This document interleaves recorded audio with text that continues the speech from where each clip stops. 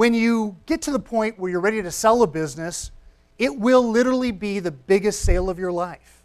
And when you're a business owner, you only get one chance to do it right. Not only do most people only ever own one business and they dedicate their life to it, but once it's sold, it's gone.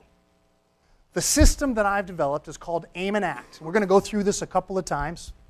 It starts out with assess, and again, this is a conceptual model that can apply to real estate, it can apply to other things. Assess has to do with looking at a business first. What condition is it in? Is it valuable? Who's going to be affected by the sale? Are there partners, family members, or customers? Could they be affected by the sale? And really assessing when the company should be sold, how it should be sold to a family member, should it be transferred to the employees? Should it be sold to a big company, a small company, to a competitor? And then when's the right time? So assessing, like many things in life, is the first and most important step. The next step is improve. Now, we don't always have the chance in a business that needs to be sold tomorrow. We don't have enough time frame to make big improvements. But for almost every business, there's something you can do to make it better. And if you have 6, 12, or 24 months, certainly there's things you can do to make it better. It's like a house. Have you ever heard of someone saying, hey, I've got a house, but I've got to clean up the clutter, I've got to put up a new coat of paint, I've got to make a few repairs, then I'll be ready to sell? Well, the same thing with a business. When I go into businesses, I see that they often have little things and bigger things that they can do to improve. They can make smart investments that have low risk and return. You can't just go into a business and say, hey, we're going to double sales, because they've already been trying that for years. But there are many things that you can do, and we'll show you in some examples. Then the next step is market. And that's not just marketing, but that's identifying your market. You've got to be realistic about who you would sell the company to, who a potential buyer would be, what the buyer would be looking for. And then after that, you've got to go out and decide if you want to use a broker, and if you need help in identifying these buyers or doing that, find somebody like me, an M&A professional.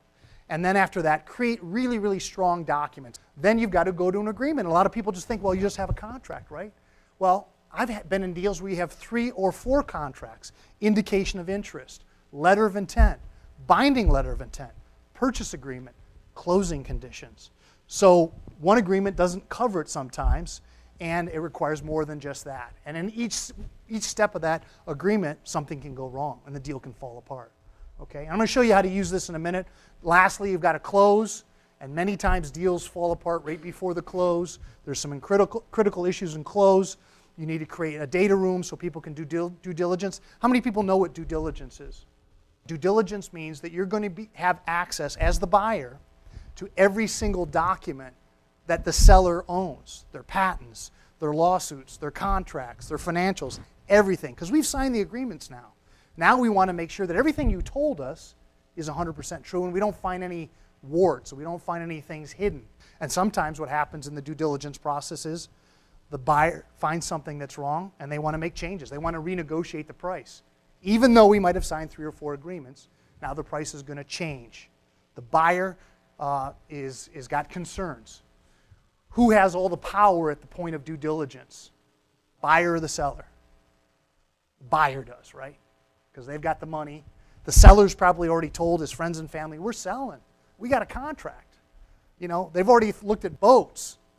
But yet, the deals can change because of what happens at closing. When I mentioned briefly, it's important to think about the transition, which is the last step. This is after the deal closed. But the deals are never over when they close, because often owners are asked to stay on. This is, again, in smaller private companies, owners are asked to stay on. They may have an earn-out, like I did with Doyen, and they may have an employment agreement that says you have to stay for 2 more years and teach us everything that you know.